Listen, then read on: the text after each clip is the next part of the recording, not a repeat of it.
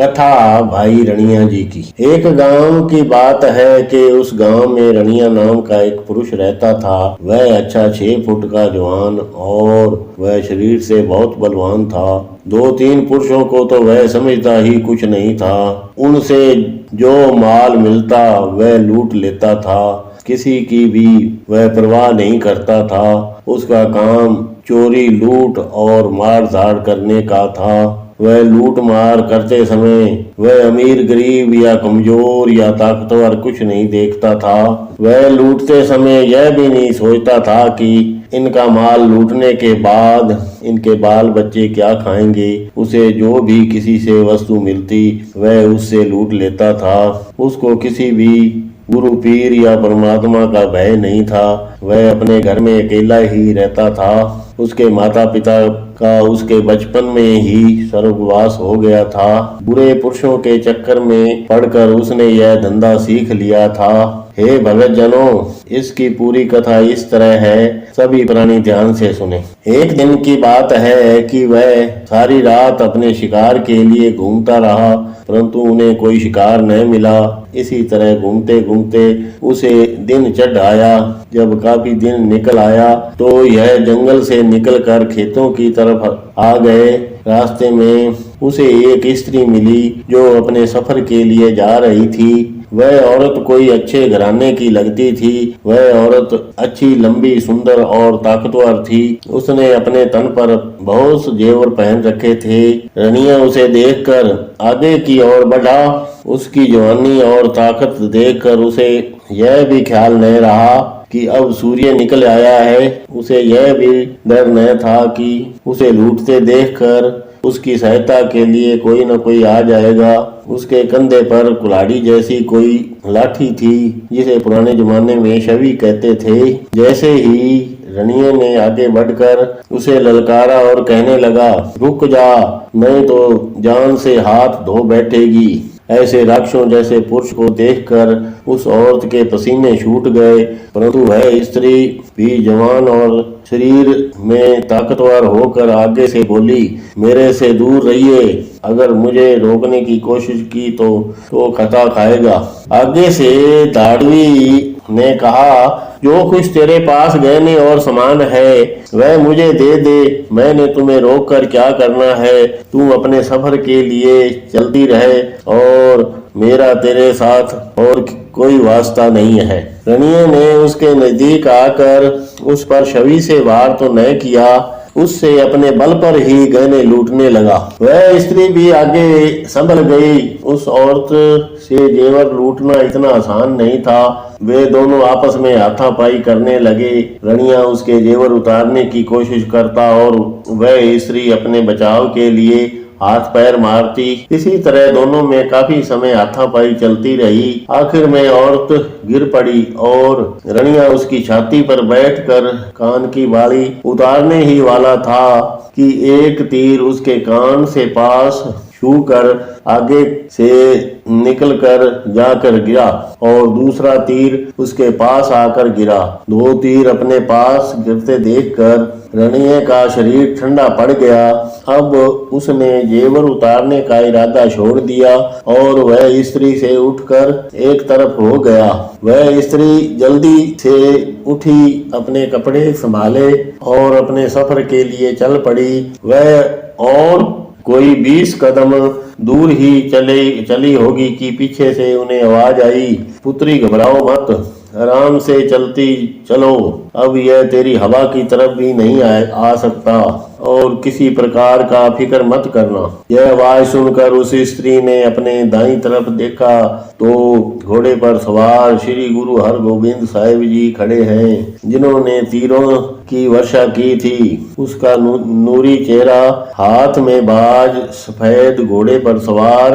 वह सतगुरु को पहचान कर उसकी तरफ गई और उन्हें प्रणाम किया और गुरुजी से कहने लगे, पुत्री अब तुम आराम से अपने सफर के लिए जाओ। अकाल पुरख तेरे सफर के लिए अंग संग रहेगा। वह स्त्री आशीर्वाद लेकर अपने सफर के लिए चल पड़ी। उधर रणिये ने सतगुरु को देख लिया, परंतु उनके पास जाने की हिम्मत न रही। रणिया एक लुटेरा था। उसके मन में शक पैदा हो गया कि यह घुड़सवार कोई बादशाह का कोई सरकारी अफसर है। अगर मैं पकड़ा गया तो मुसीबत में फंस जाऊंगा। वह दूसरी तरफ की ओर चल पड़ा। उसने गुरुजी का छोड़ा हुआ एक तीर अपने हाथ में ले लिया। उसने उस तीर को चूमा कि आज मेरी जान बच गई। अगर यही तीर मेरी छाती में लग जाता तो मौत निश्चित थी। जैसे जैसे वह तीर की ओर देखता जा रहा था, उसी तरह उसकी आत्मा और आंखों में शांति आ रही थी। उसका मन निर्मल होता जा रहा था। वह अपने आप को भूलता जा रहा था कि वह कभी कोई लुटेरा था। उसको वह छवि उठाने का ख्याल भी भूल गया। उसको क्रोध नहीं आ रहा था। अब वह आबादी में भी चुपचाप सीधा ही चला जा रहा था। वह आबादी से चलकर आगे निकल गया तो उसे किसी को लूटने का विचार न आया। अब उसकी सब भूख मर चुकी थी। पहले वह मिठाई बहुत खाया करता था। उस दिन उसने किसी हलवाई को भी तंग नहीं किया। फिर उसने जंगल में जाकर शरीर के सारे कपड़े उतार कर लंगोट पहन लिया। उसने गऊ का गोबर इकट्ठा करके उसे जलाकर उसकी खाक बनाई और वह अपने शरीर पर लगा ली। पूरा साधु हो गया और साधुओं की टोलियों में रहने लगे। धीरे धीरे वह शिव भक्त हो गए और शिवलिंग की पूजा करने लगे। रणिया चोर से शिव भक्त बन गए, परंतु उसकी आत्मा को शांति न मिली, बल्कि उसके मन की भटकना और बढ़ गई। वह साधु 2 साल इधर उधर घूमता हुआ अमृतसर आ गए। वह शहर के बाहर बैठकर शिव की पूजा कर रहे थे कि अचानक उसके पास गुरुजी आकर खड़े हो गए और कहने लगे, पुरुषा, तुम्हें लूट मार से रोकने के लिए यह नहीं कहा था कि तुम पत्थरों की पूजा करने लग जाओ। कुछ अकल से काम लो और प्रभु का सिमरन करो। यही तेरे जीवन का मनोरथ है और इसी में ही तेरी भलाई है। जब रणिये ने पीछे मुड़कर देखा तो वही सफेद घोड़े वाले उसके सामने खड़े थे। उसने उसे अच्छी तरह से पहचान लिया और उसके चरणों में गिर पड़े और कहने लगे, दाता, मुझे कोई पता नहीं कि इस जीवन में कौन सा रास्ता अच्छा है, इसलिए मुझे पर दया करो, मेहर करो। मैं नेकी और मुक्ति का चाहवान हूँ। वह गुरुजी मुझे भटके हुए को सीधे रास्ते में ले आओ। गुरुजी ने उस पर दया और मेहर करके उसे गुरु मंत्र दिया और कहा कि गुरु घर में लंगर और घोड़ों की सेवा करो। वह धाड़वी इसी तरह ही गुरु घर में सेवा करता रहा और अपना जीवन सफल कर गया और भवसागर से पार हो गया। यह कथा जो भी प्राणी पढ़े या सुने, इस कथा से हमें यह शिक्षा मिलती है कि चोरी करना कितना पाप है। अगर किसी लुटेरे ने किसी की जेब काट ली है तो पता नहीं वह उसे कितनी बद्दुआएं देगा।